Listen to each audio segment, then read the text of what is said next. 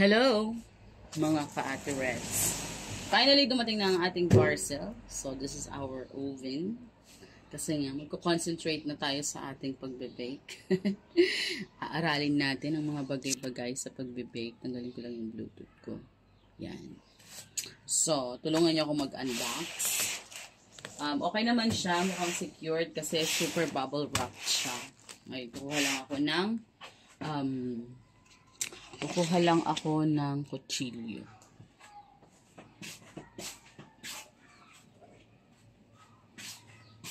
So, naihabol ko to sa 12.12. Ang original price nito is 6,999. Pero I only got it kasama ng mga vouchers ko. Tsaka coins, I only got it for 2,100 plus. This is 48 liters. Malaki-laki siya. Mukhang malaki. Marami-raming ay ang mag-bake natin dito. So, let's see. Oh, super ano naman siya. Super secured. Yan. Hindi pa dumarating yung mga ibang parcel ko. Siguro maya magde-deliver. Let's see. Si Madam Love. Busy kasi sila ngayon. Gawa ng nag-12-12 na and talagang marami naman ang delivery nila for sure. Gusto ko na nga rin mag-shift yan sa Lazada kung paano. Magaan lang siya actually. Kung tutusin, very handy pala siya. So, alamin natin ang kalalabasan ng parcel na. Kasama yun, hindi pala open ang lumabas.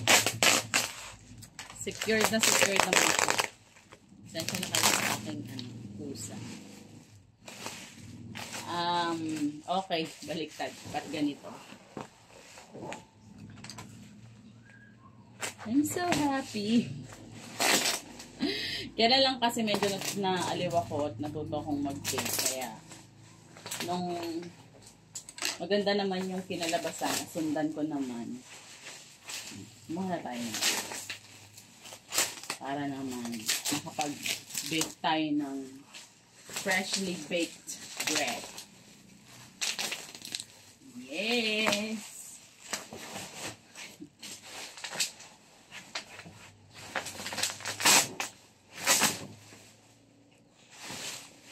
So, naka-bubble wrap naman siya ng maayos. Very secured yung kanyang bubble wrap.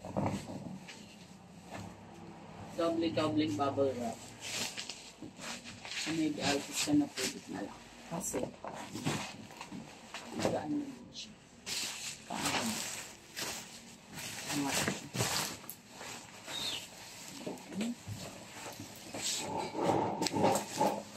Malaki lang siya, pero magaan siya. In fairness, sobrang gaan. Parang wala man ata itong 1 kilo. Parang mas mabigat pa yung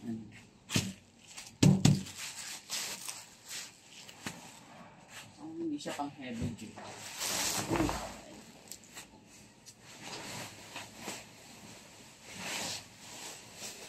Sobrang gaan niya. Ganito lang siguro talaga mga oven. Hindi masyadong mabigat. Ang daming bubble wrap.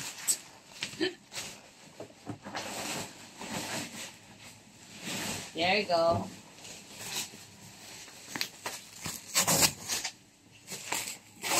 Okay. So, ang haba ng bubble wrap. Hindi ko alam kung saan ko gagamitin yan. Pero this is the box already. Toaster oven siya. 48 liters. For baking.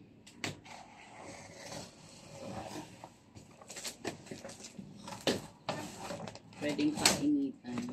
Pwede rin pag... Tignan ko kung gaano karami yung init niya.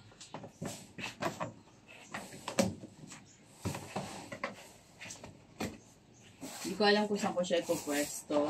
Pero... baka dun sa may ibabaw ng ref.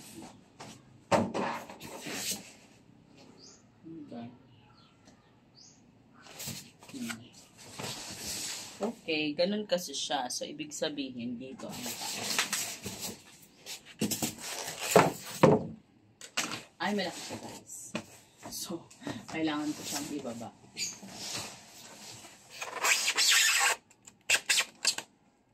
Ulitin ko na lang. Okay, so, itutuloy ko na.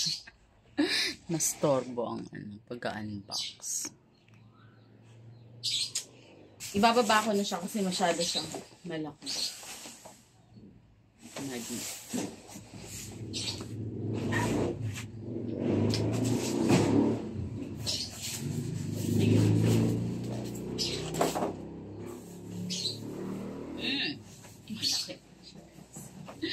Malaki nga siya.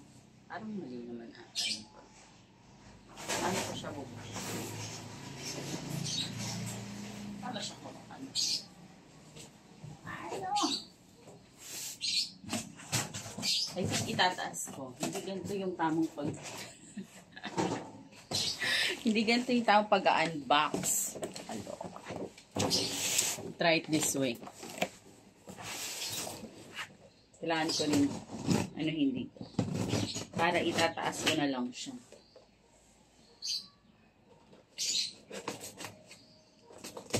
Alright. Tapos.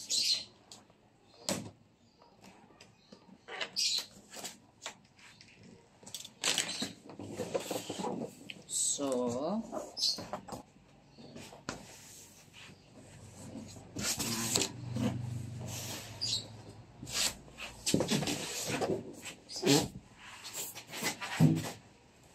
Ipay ko lang siya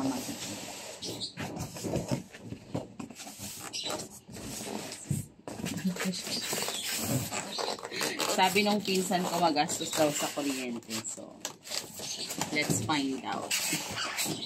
I'm gonna use this. Tapos, check natin kung tataas sa laging kuryente.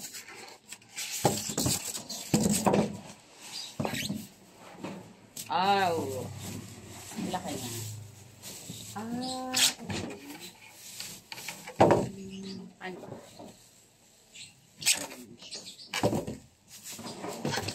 Layers. Parang ganito rin yung sa pinsan ko actually.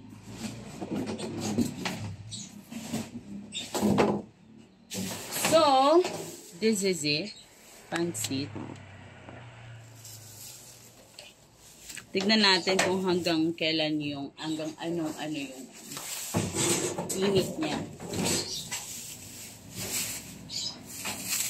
Mas malaki ito doon sa oven ng tayo.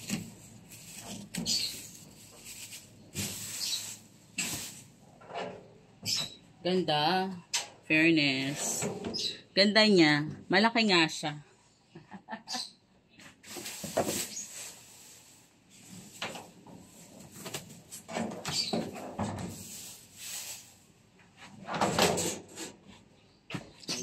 So, ito na siya guys. 48 liters oven. Kaya niya hanggang 250 na init. Tapos hanggang 60 minutes na 1 hour na oras. Timer. 1 hour timer. Tapos hanggang sa 250. So, glass. Super laki. Tinignan ko kasi doon, I think parang kaya niyang mag-bake dito ng hanggang 16 na bread. 16 pieces of bread. Kaya niya 16 pieces of bread.